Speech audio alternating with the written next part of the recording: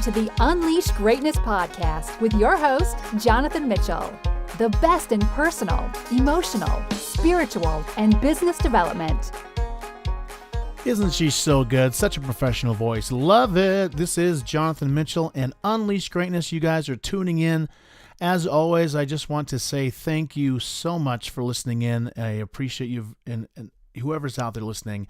One thing about podcasts is that you have an idea of how many people are listening, but you don't know exactly who. And so I just wanted to say to those out there who I don't know who you are, thank you.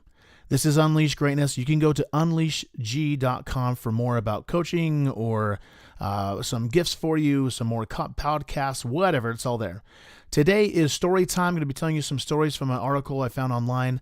This episode is sponsored by naturalmedicinemamas.com for all help around natural health or alternative medicine, that kind of thing, products, advice, men, women, or children. They have all sorts of really, really cool things, so check them out. Okay, this is Unleash Greatness. Let's get going here with today's story time.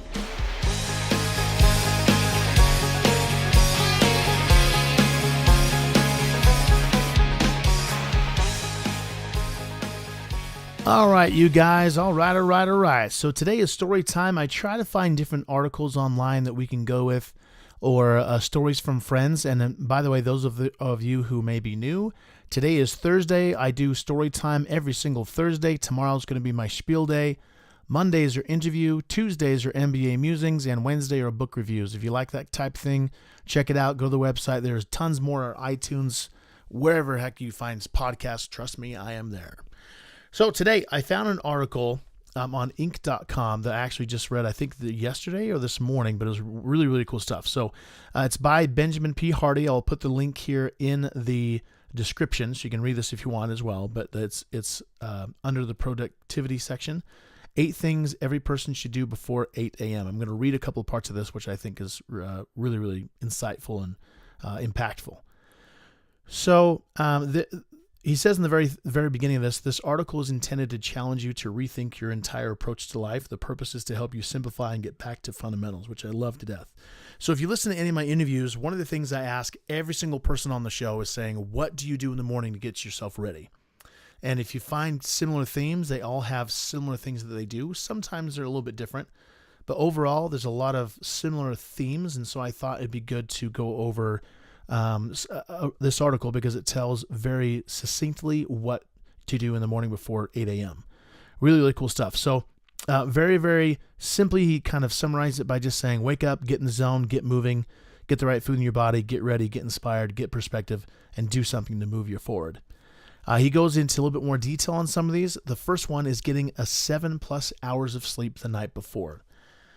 I cannot emphasize this enough. I think so many times in our workaholic-driven society, we think that staying up late, getting up early, burning both ends of the candle is the most effective way to go. I don't know of any successful bodybuilder or anybody who is an athlete that does not use rest to their advantage to help them recover, recuperate, and get stronger. It's the same thing with any part of your life, with your mind, with your business, with your job. You need sleep and rest. So some of the flip side, the healthy amount of sleep is linked to things like increased memory, longer life, decreased inflammation, increased creativity, increased attention and focus, decreased fat and increased muscle mass, lower stress, decreased dependence on stimulants like caffeine, decreased risk of getting into accidents, decreased risk of depression, tons of stuff. He just basically says here, Google it, but there's tons of things like this. And they just said that you want to make sure you have enough rest. You want to get to bed early enough to have 7 hours of sleep so you can get up in enough time so you can get all these things done before 8 a.m. So again, I would suggest, and the article would suggest sometime between 10 o'clock, 10 and 11. That way you can get up and have good 7 hours of sleep and have enough energy to get you going. Second one is prayer and meditation to facilitate clarity and abundance. So whether you're religious or not, there's different ways to do both prayer and meditation. If you're actually religious and spiritual, like myself, I think prayer is a very big part of my day. I try to make sure I take time to pray, to tune into higher power and to be able to feel both gratitude and to kind of make intentions for the day and make sure that I feel like I'm on the same page with my purpose. But this thing he said, again, points out people are magnets. For me, I'm going to kind of go off on the article here for a second. We tune into things like a radio station. So I don't create my life. I'm tuning into my life.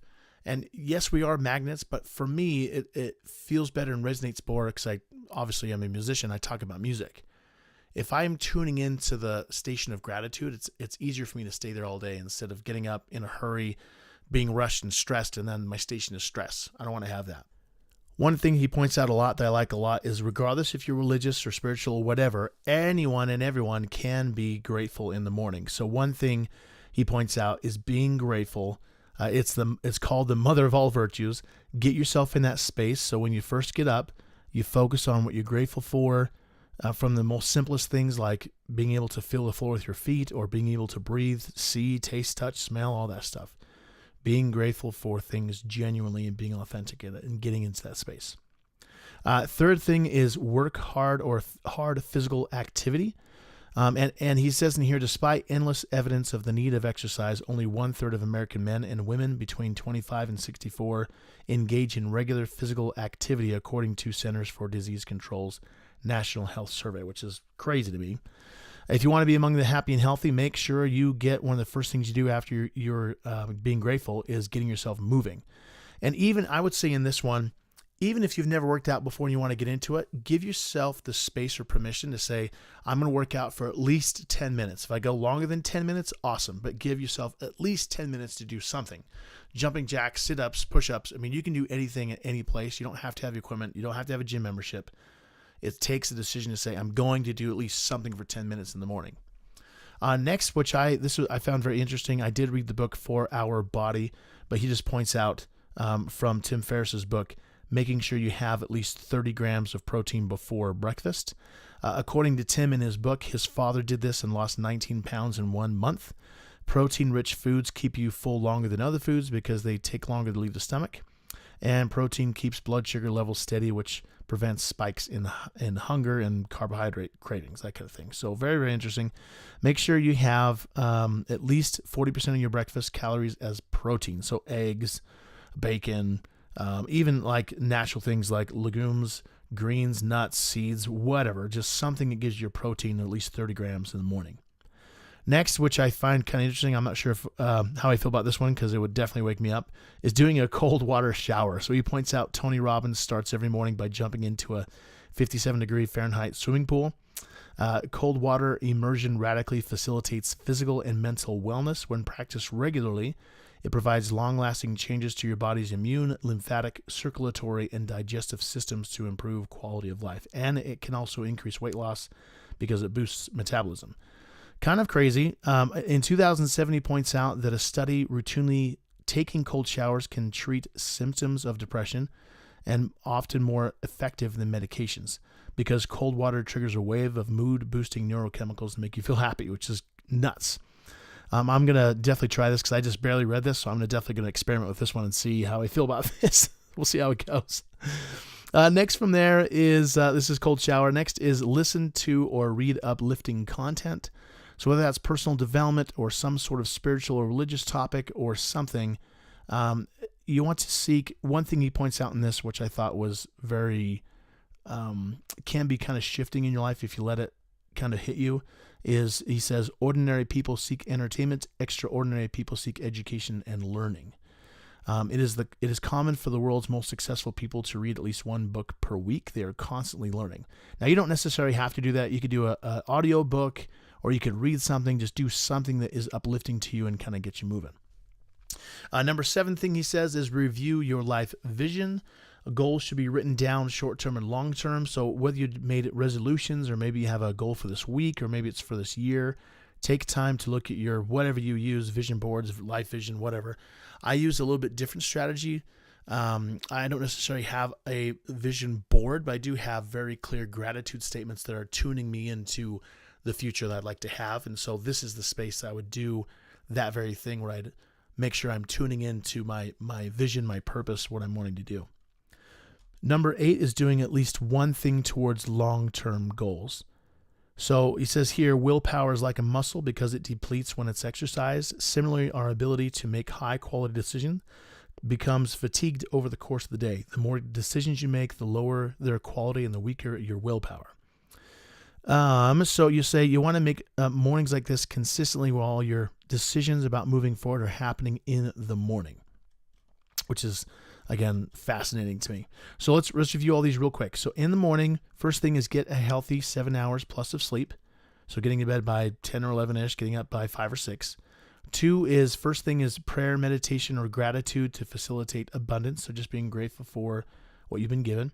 3 is some sort of exercise, physical activity, whether it's at least 15 minutes, whether it's an hour, whatever works, but find something to do for at least 10 to 15 minutes.